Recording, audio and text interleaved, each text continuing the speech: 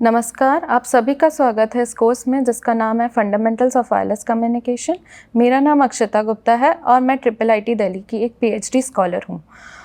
आज के ट्यूटोरियल में हम देखेंगे कि वायरलेस फीडिंग चैनल कैसे इम्प्लीमेंट करते हैं मैटलैब के इस्तेमाल से और कैसे हम इसको वायरलेस फीडिंग चैनल का कोड करेंगे और कैसे हम इसको यूज़ करते हैं आगे के ट्यूटोरियल्स में हम देखेंगे। चलिए शुरुआत करते हैं रिले फीडिंग चैनल के सिमुलेशन से। हम मैटलैब में जाएंगे और मैटलैब में मैंने एक लाइव स्क्रिप्ट बनाई है। तो हम पहले शुरुआत करेंगे चैनल के सैम्पल से। मैंने अभी 1 लाख सैम्पल्स लिए हैं उस चैनल के और हम उसको सिमुलेट करेंगे मैटलैब से। तो मैटलैब की कोडिंग करिए। हमें रिले चैनल फीडिंग के बारे में एक बेसिक पता है कि रिले फीडिंग चैनल बनता है 2 कॉम्प्लेक्स गॉसियन नॉर्मल वेरिएबल्स को ऐड करके। इसका जो ओरिजिन है वो है सेंट्रल लिमिट थ्योरम। तो हमें पता है कि there are multiple paths in the nature and अलग अलग पाथ से अलग अलग डिले आएगा। तो अगर ज़्यादा पाथ्स होंगे या ज़्यादा नंबर ऑफ वेरिएबल्स होंगे तो अगर हम उनको ऐड करें, चाहे वो अलग अलग वेरिएबल्स किसी भी डिस्ट्रीब्यूशन में जाएं, पर अगर हम उनको ऐड करेंगे तो वो एक स्टैंडर्ड नॉर्मल डिस्ट्रीब्यूशन बनाता है। तो देयरफॉर हम रिले चैनल में भी सेम कंसेप्ट यूज़ करेंगे कि हम 2 वेरिएबल्स लेंगे x और y जो कि गॉसियन डिस्ट्रीब्यूटेड वेरिएबल्स हैं। तो हमने और अगर हम उनको ऐड करेंगे, कॉम्प्लेक्सली ऐड करेंगे, that is x plus j y, तो हमें उसका जो एनवेलप मिलेगा वो एक रेले डिस्ट्रीब्यूटेड एनवेलप होगा और उसका जो फेज़ होगा वो हमारा यूनिफॉर्म डिस्ट्रीब्यूशन होगा।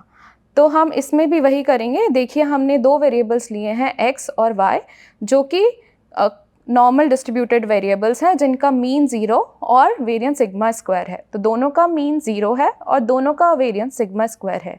हमने इनको कॉम्प्लेक्सली ऐड किया यानी x प्लस जे वाई किया। अगर हम इसका एनवेलप निकालेंगे, हमें पता है कॉम्प्लेक्स गॉसियन रैंडम वेरिएबल का अगर हम एनवेलप निकालेंगे तो it will be under root of x square plus y square और इसका फेज निकालेंगे वो होगा tan inverse y by x। तो अगर हम इसका एनवेलप देखेंगे तो वो एक रियली डिस्ट्रीब्यूटेड रैंडम वेरिएबल आना चाहिए और इसका जब फेज देखेंगे तो वो एक यूनिफॉर्म डिस्ट्रीब्यूशन रैंडम वेरिएबल आना चाहिए। तो हम सिमुलेट करेंगे। हमने पहले सिग्मा स्क्वायर दैट इज़ जो वेरिएंस है उसको हमने 1 रखा है।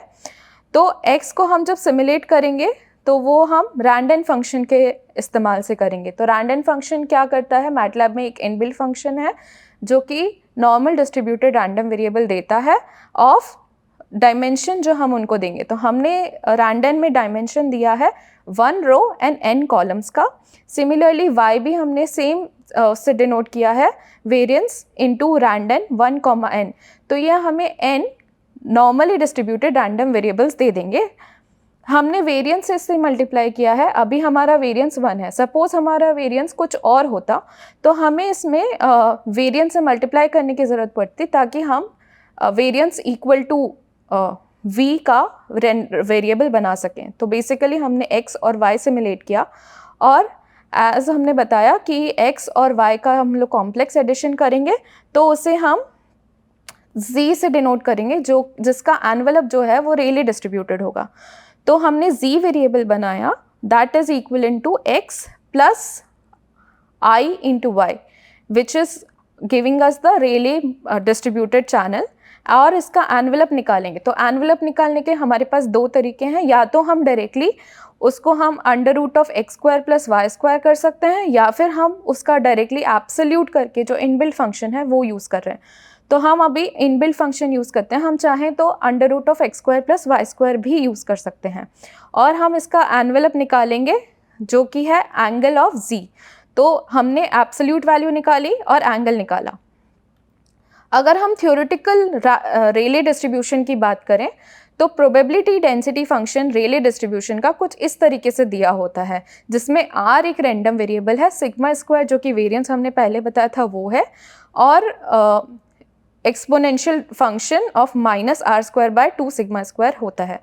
सो बेसिकली अगर हम इसका थ्योरेटिकल फॉर्मूला सिमुलेट करने जाएं तो it will be similar to r upon variance, जो फॉर्मूला हमने लिखा है वही है, बट हमने इसमें क्या किया है, अब हमें r की वैल्यू कुछ देनी पड़ेगी, यानी कुछ रैंडम वेरिएबल की वैल्यू देनी पड़ेगी।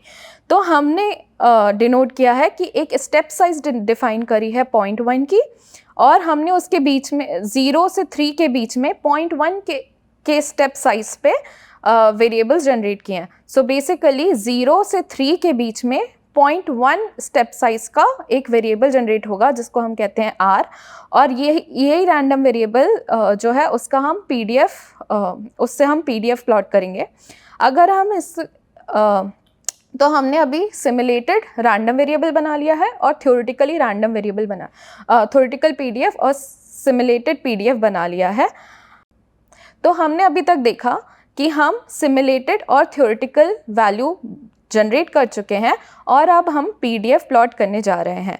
जब हम पीडीएफ प्लॉट करने जाएंगे तो हम एक हिस्ट फंक्शन यूज़ करेंगे। तो हिस्ट फंक्शन क्या करता है, वो एक हिस्टोग्राम प्लॉट करता है हमारे रैंडम वेरिएबल का। तो हमने हमारे केस में ये हिस्ट फंक्शन यूज़ किया है, जो कि z का एनवलप और n बिन्स, मतलब जो हिस्ट फंक्शन है वो हमारा एनवलप या हिस्टोग्राम ऑफ रैंडम वेरिएबल बनाता है विद n बिन्स। तो इस केस में हम लोग z एनवलप का हिस्टोग्राम बना रहे हैं और r नंबर ऑफ बिन्स है जो हमने यहाँ पे दे रखा है कि कितने से कितने तक हमारा रैंडम वेरिएबल जाना चाहिए। तो h, x equivalent to hist of z envelope r, and अब हम उसका पीडीएफ अगर प्लॉट करना है तो पीडीएफ इज कि जो भी हमारी कितनी बार वो वैल्यू रिपीट हुई है, तो उसके लिए हम लोग यूज़ करेंगे h upon step into sum of h। तो basically sum of all the variables जो भी हमारे पास आए हैं और उनका स्टेप साइज क्या था, उसको हम डिवाइड करेंगे, h को हम उससे डिवाइड करेंगे, फिर हम इसको प्लॉट करेंगे। तो हमने उसको प्लॉट किया। सिमिलरली हमने रेले रैंडम वेरिएबल का पीडीएफ भी हमने प्लॉट कर रखा था, तो वो भी हमने प्लॉट किया। तो इसका हम रिज़ल्ट देखते हैं यहाँ तक का। इसके बाद हम साथ ही साथ पीडीएफ प्लॉट कर रहे हैं किसका, जो फेज़ है उसका। तो फेज़ का हमें पता है कि उसका पीडीएफ प्लॉट होना चाहिए as a uniform distributed random variable. तो हमने फेज़ के लिए भी सेम चीज़ करी है जो हमने एनवलप के लिए करी है, और हम इसको प्लॉट करेंगे। तो बेसिकली ये हमारे पास फेज़ और एनवलप दोनों का पीडीएफ आया। तो इसमें हम देख पा रहे हैं कि जो पहला पीडीएफ है वो एनवलप का है, और वो डिनोट कर रहा है कि वेरिएबल कैसे वेरी हो रहा है, और सिमुलेशन और थ्योरेटिकल एग्जैक्टली एक दूसरे से मैप कर रहे हैं। सिमिलरली हम लोग अगर फेज़ का पीडीएफ देखें तो वो एक यूनिफॉर्म डिस्ट्रीब्यूटेड रैंडम वेरिएबल है जो कि हमें यहाँ पे दिख पा रहा है। तो रेशियन फेडिंग चैनल का कंसेप्ट या मॉडल एकदम सेम है जो कि रेले फेडिंग चैनल का है, बट यहाँ पे एक LOS या फिर एक डोमिनेंट कंपोनेंट भी होता है। तो बेसिकली हम लोग सिमिलर वे में हम प्लॉट करेंगे। हमने दो रैंडम वेरिएबल्स लिए, इधर भी नॉर्मली डिस्ट्रीब्यूटेड, लेकिन इन दोनों का मीन अलग अलग है, यानी μ1 और μ2, क्योंकि अब इस केस में दोनों कंपोनेंट्स अलग अलग म्यू के हैं या अलग अलग उनका मीन है। तो दैट मीन्स उन दोनों में एक डोमिनेंट होगा, एक नॉन डोमिनेंट होगा। तो इस केस में वही हो रहा है कि एक डोमिनेंट कंपोनेंट और एक नॉन डोमिनेंट कंपोनेंट है। तो हमने दो वेरिएबल्स लिए जिनका मीन अलग अलग है, μ1 और μ2, दोनों को कॉम्प्लेक्सली ऐड किया x + jy। दोनों का एनवलप हम सेम तरीके से निकालेंगे, √(x² + y²। और अगर हम फेज देखेंगे तो phase again tan inverse of y/x आएगा। अगर हम दोनों का क्योंकि मीन अलग अलग है, तो हम अगर देखेंगे तो इसको एक नॉन सेंट्रलिटी पैरामीटर से डिनोट करते हैं, which is given by s, और जो कि μ1 + μ2 के स्क्वायर रूट के बराबर होता है। तो ये non centrality parameter basically denote करता है कि हमारा मीन एक सेंट्रल मीन नहीं है और वो कुछ अलग मीन है other than the central mean. So that is basically non-central mean which is given by S. Now with this non-centrality parameter, it is also defined as how much power is of the LOS component is there upon how much power of the NLOS component is there, यानी line of sight component का क्या power है और non line of sight component का क्या power है, इन दोनों का रेशियो से ये नॉन सेंट्रलिटी पैरामीटर डिनोट होता है। तो basically K is a function of S which is denoting the power of LOS component and the non-LOS component, and K अगर हम X और Y यानी μ1 और μ2 की टर्म्स में देखें तो K equal to S square upon 2 sigma. तो चलिए हम इसको अब सिमुलेट करते हैं इस चैनल को। तो बेसिकली हमारे पास एक रैंडम वेरिएबल है, हमने पहले दो रैंडम वेरिएबल से X और Y बनाने हैं जिनका अलग अलग मीन है। तो हम कह रहे हैं कि एक का मीन S है और एक का मीन 0 है। तो अगर हमें वेरिएबल बनाना है X जिसका मीन S है, तो बेसिकली हमें क्या करना है, और वेरिएंस वैर इक्वल टू 1 है, तो हम क्या करेंगे, वो जो रैंडम वेरिएबल जो Gaussian standard normal distributed random variable है जो कि 1, n का है, उसको हम S से S प्लस दैट वेरिएबल हम ऐड करेंगे। तो बेसिकली हमने S पार्ट उसमें ऐड किया ताकि वो हमारा मीन S आ सके उसका रैंडम वेरिएबल का। तो X में हमने S ऐड किया और Y में हमने नहीं किया। तो हमने दो रैंडम वेरिएबल बनाए हैं अभी, X और Y, जिसका X का मीन है S और Y का मीन है 0। Z हमने वैसे ही बनाया है X प्लस IY करके, और एनवेलप हमने पिछली बार की तरह एब्सोल्यूट ऑफ Z करके निकाला है और फेस हमने एंगल ऑफ Z करके निकाला है।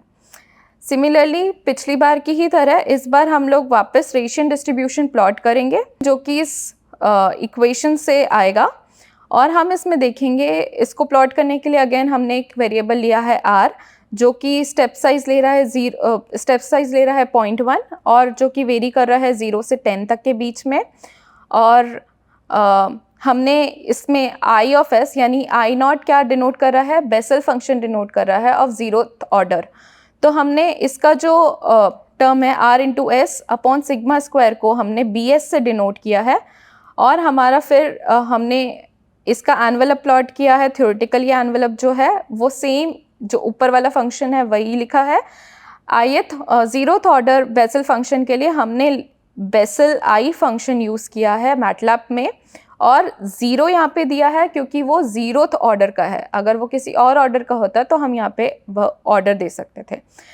पिछली बार की ही तरह हम लोग इसमें एनवेलप प्लॉट करेंगे जो कि हिस्ट फंक्शन का यूज़ करके हम लोग करेंगे जैसे हमने पिछली बार किया था। तो सिमिलर तरीके से हम यहाँ पे हिस्ट फंक्शन का यूज़ करके Z का एनवेलप प्लॉट करेंगे, और अगेन हम PDF प्लॉट करने के लिए H upon step into sum of H करेंगे, प्लॉट करेंगे उन दोनों PDF को और देखेंगे। अब इसमें हमारे पास एक और चीज़ है, अभी यहाँ पे हम S इक्वल टू 0 के लिए ही बस सिमुलेट करते हैं। तो एज हमने बताया था पिछली बार, S equal to 0 is similar to that of Rayleigh channel, क्योंकि अब इस केस में नॉन सेंट्रलिटी एकदम 0 हो चुकी होगी। अगर इस PDF को और पिछली बार जो हमारा रेले का PDF आया उसको कंपेयर करेंगे तो they both will be similar, although यहाँ पे स्केल अलग अलग है, लेकिन हम यहाँ पे अगर पीक की वैल्यू देखते हैं तो 1 पे अराउंड 0.6 की वैल्यू आ रही है। सिमिलरली हम इस केस में भी देखें तो हमारे पास 1 पे अराउंड 0.6 की वैल्यू आ रही है। अब यही सेम चीज़ हम अलग अलग नॉन सेंट्रलिटी पैरामीटर के लिए भी करके देखेंगे, यानी S इक्वल टू 0 के अलावा कुछ और, ताकि हम कंपेयर कर सके कि नॉन सेंट्रलिटी की वजह से क्या क्या इफ़ेक्ट आता है हमारे PDF पे। तो हमने यहाँ पे S की जगह पे 3 वेरिएबल्स दिए हैं, 0, 1 और 2, और इन तीनों का हम सिमुलेट करके देखते हैं रेले फेडिंग चैनल किस तरीके से हमें दिखता है। जब हम देखेंगे हमारे पास ऑब्जर्वेशन क्या आनी चाहिए S इक्वल टू 0, 1, 2 के नाम पे, तो S इक्वल टू 0 यानी non central mean equal to 0, यानी it will be same as Rayleigh. But जैसे S इक्वल टू 1 या 2 वो अपने मीन से शिफ्ट होकर के कुछ और डेविएशन पे आना चाहिए, यानी इंस्टेड ऑफ जो उसका मीन अगर 0 है तो उसकी जगह पे कुछ और आना चाहिए, डेविएट होगा।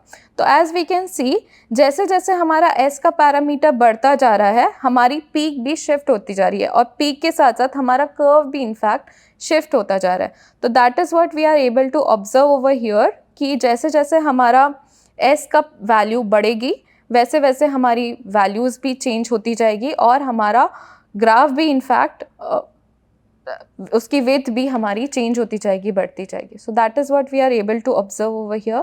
इस ट्यूटोरियल में इतना ही. आगे हम देखेंगे कि बीपीएस के या क्यूपीएस के मॉड्यूलेशन स्कीम्स कैसे जनरेट करते हैं और उनकी एरर फीडिंग कैसे निकालते हैं. Thank you.